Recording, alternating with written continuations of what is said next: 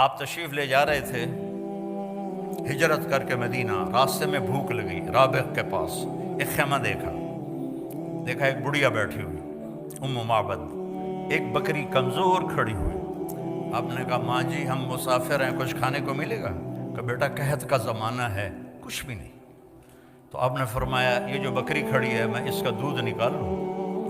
تو وہ کہنے لگی بیٹا اس نے تو بچہ ہی نہیں دیا، ابھی بچہ دے گی تو دودھ آئے گا، اور ویسے بھی اس کے اوپر صرف کھالے گوشت ہے ہی کوئی نہیں۔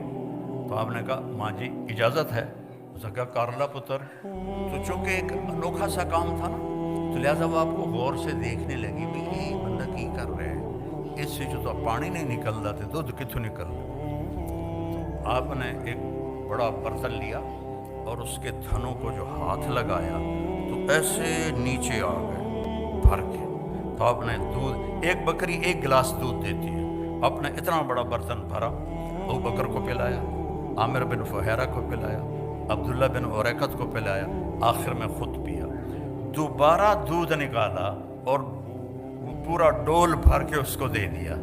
بکری کی عمر ہوتی ہے 7 سال، اس کے بعد مر جاتی ہے، ذبح نہ کرو مر جاتی ہے۔ یہ بکری 22 سال زندہ رہی اور ذبح نہیں ہوئی، اپنی طبعی موت مر گئی۔ 22 برس میرے نبی کے ہاتھ کی برکت سے۔ اس کا خامد آیا، انہوں نے کہا دودھ کتوں آیا؟ گیس بکری چوں کا پاگل ہو گئی، دماغ خراب ہے تیرا، یہ تو کتوں آ گیا؟ انہوں نے کہا مجھے بھی نہیں پتا کتوں آ گیا، پر کوئی جادوگر آیا ہے، اس ہاتھ لائن تے کی دا کی ہو گیا۔ اس نے کہا اچھا میں دس کی ہو جا ہے؟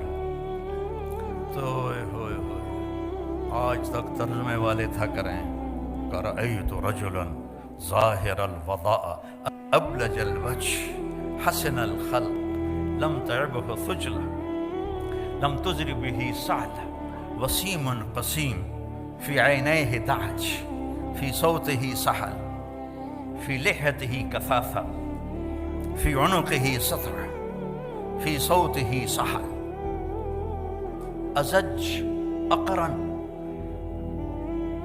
اذا تقلم علاه البهاء واذا سقط علاه الوقار۔ کہنے لگی میں نے ایک شخص دیکھا، مجھے یوں لگا جیسے 14ویں کا چاند ہی کپڑے پہن کے زمین پہ آ گیا ہے۔ دیہاتی عورت، دیہاتی ان پڑھ، جیسے 14ویں کا چاند ہی آ گیا ہے، ایسا حسین، اتنا خوبصورت، نہ پیٹ نکلا ہوا، ایسا تھا وسیم، ایسا حسین تھا کہ جی چاہتا تھا دیکھتی جاؤں دیکھتی جاؤں دیکھتی جاؤں۔ قسیم، ایسا حسین تھا کہ جدھر سے دیکھتی تھی حسن ہی حسن نظر آتا تھا۔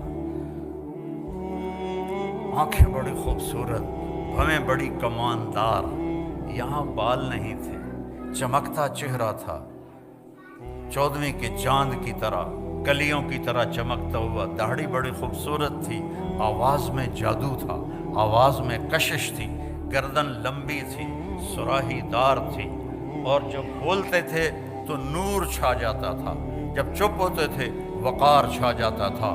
وہ تو بدو کہنے لگا یہ وہی لگتا ہے جس کو قریش ڈھونڈ رہے ہیں، اتنی اس کو پہچان آئی۔ تو میرے نبی کو اللہ نے کامل اکمل بنا کے بھیجا ہے۔